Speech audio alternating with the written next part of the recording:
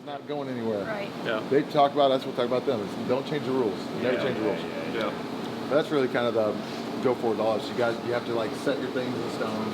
Everybody abide by it. Yeah, totally. Works out. We've all gone through ups and downs for sure. Well, that's cool. So 4 years you guys have been here. Just Scott and I. So the plant has been since we talked about 2017, 2018. And Remy has been a through line through the whole thing. We had another partner, but there's 3 of us now. Oh, okay, so Remy's still involved. Remy's still involved, and he actually was here earlier, but he had to pick up his kids actually now, so he's not here at this hour. He's still the guy who kind of knows the systems better than anyone. Sure. Because he built them all pretty much. Tell him we said hi. We haven't seen him in a long time. What's that? Oh, yeah, of course. yeah. Yeah. No, I know he wanted to be here too, because I know Chad reached out to him. I know like so many folks he met in the early days. So, but yeah, no, I mean, I don't really know what the answer is, but that is the thing to me that we have to try to get the word out about. The local. About support local. Yeah. Well, even if it's local, it doesn't have to be Regional. in your town, but That's like right. in your region. Yeah. Where we're not sniping from each other, because that's the worst. It's That's like right. everybody goes to the bottom and goes to the broker or to the super cheap overseas company, but then they don't.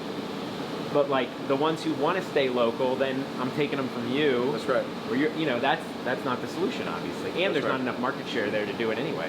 Yeah, I guess from the plant point of view, and you guys might even have this maybe more so on the studio side, because you're really locked into a location. They have to physically be there, right? Yeah. I mean, just as much awareness, I think it's built into your name, right? Yeah, New Orleans, of course. right? Yeah. So the regionality is kind of built in, but it's also like, how do you engage with them in a way that's like, hey, we're Louisiana. This is what we do. This is why we do it, and just show that, and really then make awareness around.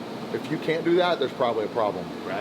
Right. So the companies that are literally not saying how they make it or what they're doing. Yeah. I mean, if a client hits us with a problem, I just say, here's where it was cut. Here's where it was played. Yeah. Here's who the printer is. You know. Transparency. 100%. And they're not even asking. Yeah. Right. But they're like, here's my timeline. I can't believe these things happen, which is very regular, right? Something happens. Something happens. I say, I hear you, right? Or we say, I hear you. We hear you, but here's how the chain really works. And these are people that are, high-end craftsmen at their job. This is all they do. Sure. And so if the cutting was 2 days slower than you hoped it could have been, it could affect everything by 6 days, because then it was the weekend, there's shipping and all this kind of stuff. And usually if you're open like that, most clients are pretty good with whatever you tell them. Oh, of course, it's always back on the plant to overnight ship it and lose all that money. Yeah. Right. But back to regionality too, like most of who we work with are independent artists or whatever, guitar players, drummers, singers, and they tend to care about where their guitar is made, where their amp is made, where the pedals are made. They want the backstory there. So I always try to like connect the dots with them. You know what I mean? On like, well, you're gonna get your record pressed, and they're like, I don't know where it's gonna get pressed. Like, well, let's find out. Let's research it. Where are you located? You know what I mean? We usually just send them the plants that are closest to them. Check this out. You know what I mean? Start there. And they'll see a price differential, but there's always that. It's like, how do you want to spend your money? Do you shop local? Do you not? So yeah, it's hard to make the case sometimes, I think, for people on a bottom line, depending on if they're like a big label or whatever. I think the individuals, that's who we really see. We see so much of the folks who might not have made a record except they knew they could come here. Maybe that's the same with you guys. It's all abstract until they can come to the studio and cut it, or they can come here and see it pressed. So I think that is like obviously the thing that we always have that anchors us. But a lot of times they're pressing 100, 300, 500 records. Obviously we're keeping the machines going. We were running 24 hours too, but we stopped because that was totally insane. So we run 7 days a week, 2 shifts, and that's like huge. I mean, it's a lot, so we got to keep it going. I mean, we could cut it down, but actually then other days we need to be running 24 hours again, and we can't, So, but no, anyway, and I think it's like making those case to the bigger labels, and a lot of them are trying to do right. I think it's the really big ones who just mostly take brokers and things like that. Yeah. So I think the price sensitivity. We were talking a little bit earlier, Brice, about this price sensitivity and the local artists, specifically, or regional artists. It's hard to justify. Hey, it's gonna cost you $700, $800 more, right? But really, when you look at it per unit, maybe it's 20 cents. Maybe it's whatever. But I think the big thing that happens is the brokers, they eat the 20% or the 20 cents, right? And then they're eating even more than that off of an overseas plant that's massive and that none of us can compete with. So we think of it's like good in, good out. So they're not throughout the chain. We talked about, you know, you have the cutters who do this every day. This is what they do, right? And their name is based on, hey, I do really good work. So it's every cut matters to them. Yeah, of course. Same thing with the plating, same thing with the printers. When it's vertically integrated within a large company, that accountability is not there, right? So you have maybe somebody's cutting and they're just like, it's their 9 to 5. So they're not so worried about the depth of the groove having great bass, and that they're so worried about, you know, the frequency range being so great that's going to play high end. They're worried that it doesn't skip and make any problems for the bosses. So I need to make it as a computer. And we are a digital version of vinyl. That's not what this is. Yeah. So when you deal with shipping overseas, you like flip it around, you know, it's like records are heavy, buy closer to you, the shipping cost is less. But we've seen it where the records come overseas here, and they really do kind of push you on. You know, you may not, like, there's a manufacturing defect, okay, but it's the gray area gets wider because you've got the records. You know what I mean? So sometimes we phrase it like it's an insurance policy. You may pay a little bit more, but if you don't like something, it's easier to make it right. That's good. Our You know rep what I mean? is only on the fact that we're going to fix it. You know And what I people mean? understand insurance. Like you pay a little bit more, but then you know what I mean? You know, that's our cutting rate. We could be a lot less, but we're a little bit more. So if someone wants something done, we can do it for free. You know what I mean? It's kind of built in, and we just, you know, that all the good jobs kind of pay for the ones that we need to be done because of that gray area. Not, I mean, if it's wrong, we fix it no matter what. But that gray area. No, totally. I was going to tell you, I was going to say something earlier. We're talking about just the association and the kind of the why it exists, right? So I know you haven't been part of some conversations. It's really, this was the conversation back in 2019. We were already having this conversation. And it was in Los Angeles, and it was after a Making Vinyl conference, and we were on the beach just having, and it was, you know, we had printers there, we had cutting, we had plating, we had pressing plants, and it was, and the PVC compounders, and everybody pretty much had the same issues, right? And we're like, we should be talking about this more, we should be having these conversations more. And that's really all it was. It was like an email thread that turned into a meeting at 1979, like not even like a month later. And it was always surprising how many people came together and just said, hey, we should be talking about these things more. Because if all you do is you come away with one nugget, and if you get 5 nuggets, it's unbelievable. Out of a day's worth of talking or 2 days, you know, you kind of do what you need to do. Do you guys feel like from those convos you've been able to do that stuff? Because I'm not saying you haven't. I don't know, actually. And I'm just outside of it totally. And that's like, or I feel like we're mostly outside of it, except for a few little plants that we're cool with.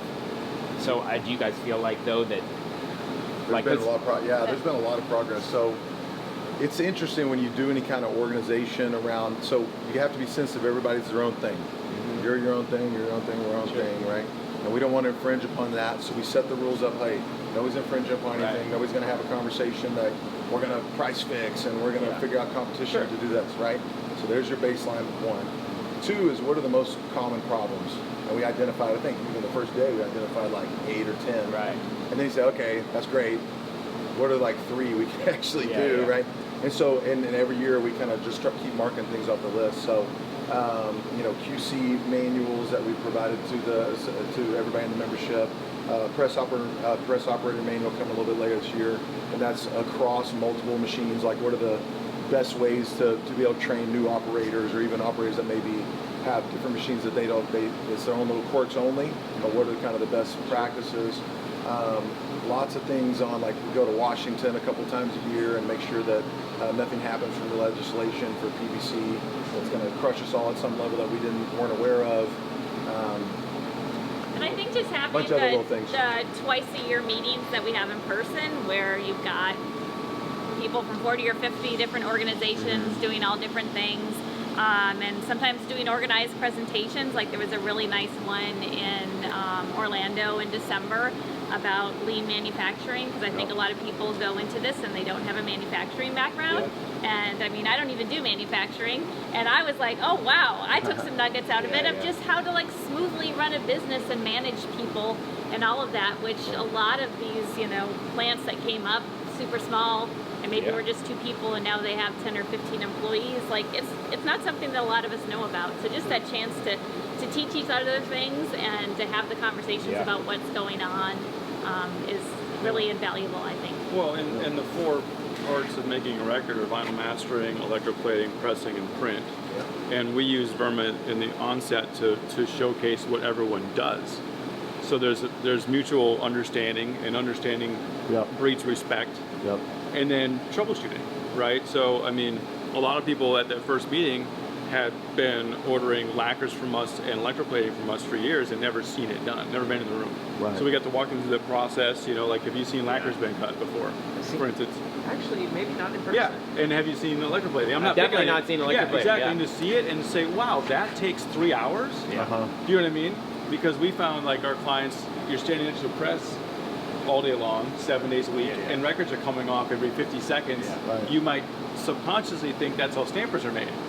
But it takes a lot longer, so that, you know what I mean? So you just have a little bit of, like, understanding, you know? So kind of breaking those silos down, you know? The two places that I see that I don't get, because I feel like I don't even understand you. I mean, I understand what your business is, but I don't know how you got, you know, like there's more of you, right? I think than there are of pressing plants, right? Aren't there more cutters, or not really anymore? Oh, absolutely not. No. I used to be, but not now. Oh, really? You know, maybe I just hear about, like, I do randomly hear about different ones that I don't know about, but, you know, we kind of, I think a lot of us have sort of, we use certain people, we use them, like, we've used you guys in the past, but not recently. In fact, I don't know if we ever used you guys for lacquers, actually. We always used you for electroplating back in the day. But now, so I think a lot of us dial into maybe one cutter or whatever, and then clients bring them.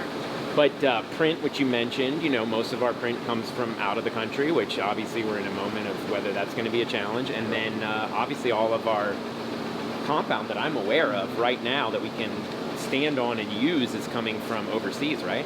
I know there was some U.S., but personally we didn't have, unfortunately, good luck with that, so we don't use anything U.S. made. Yeah, and there's going to be there's like a multi-million-dollar purchasing and acquisition of like a massive PVC compounder in the States, but it's going to be owned by the one large provider that's already vertically integrated, so that kind of takes them out of the equation too, which is always on purpose, right? So, but it's going to be a U.S.-based PVC manufacturer, but the parent company is not U.S. based. That's right. Okay. That's right. Yeah. That does. Oh, what? Yeah.